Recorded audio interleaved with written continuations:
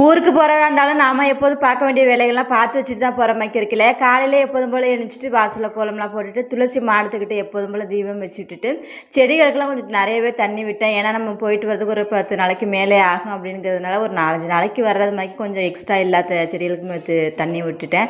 மாடிலையுமே வந்து பார்த்திங்கன்னா தண்ணி கொஞ்சம் அதிகமாகவே விட்டுட்டேன்.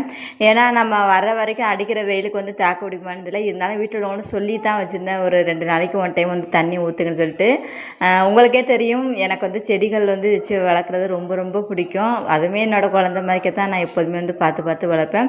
ட்ரெஸ் பேக்கிங்லாம் வந்து பார்த்திங்கன்னா ஓரளவுக்கு எல்லாமே எடுத்து வச்சுட்டேன். காலையில் வந்து பாக்ஸில் ஃபில் பண்ணுற மாதிரி தான் இருந்துச்சு. 2 பேருக்குமே சொல்ல முடியாத சந்தோஷம். எப்போ தாத்தா பாட்டி வீட்டுக்கு போவோம் அப்படிங்கிற மாதிரி தான் வந்து இருந்தாங்க. வேளாங்கண்ணி வந்து தான் எங்களுக்கு வந்து சீட்டே வந்து பஸ்ஸில் கிடச்சிது, கொஞ்சம் உட்கார்ந்து வர மாதிரிக்க. அப்புறம் வீட்டுக்கு வந்த உடனே பார்த்திங்கன்னா அந்த மாடு நான் 1 இயருக்கு முன்னாடி உள்ள ஆகலெல்லாம் வந்து காமிச்சிருப்பேன். யாரோட மாடுன்னே தெரியல. நம்ம வீட்டுக்கு எப்போதுமே காலை மாலை சாயந்தரம் 3 வேளையுமே வந்து தண்ணி குடிக்க வந்து வந்துடும். அப்புறம் அம்மாவுமே வந்து பார்த்திங்கன்னா தம்பி பாப்பாவுக்குலாம் கொஞ்சம் ஸ்நாக்ஸ்லாம் கொடுத்துட்டு மதியம் சாப்பாடுன்னு கொஞ்சம் மீன் குழம்பு தான் வச்சுருந்தாங்க, ஃப்ரை பண்ணி விட்டுட்டு. அப்பா வந்து நாங்கள் வந்த பிறகு ஒரு 10 நிமிஷம் கழிச்சு தான் வந்திருந்தாங்க. வீடியோ பிடிச்சிருந்துச்சுன்னா ஒரு லைக் பண்ணுங்கள். அடுத்தடுத்த விளாகில் வந்து ஷேர் பண்ணுறேன்.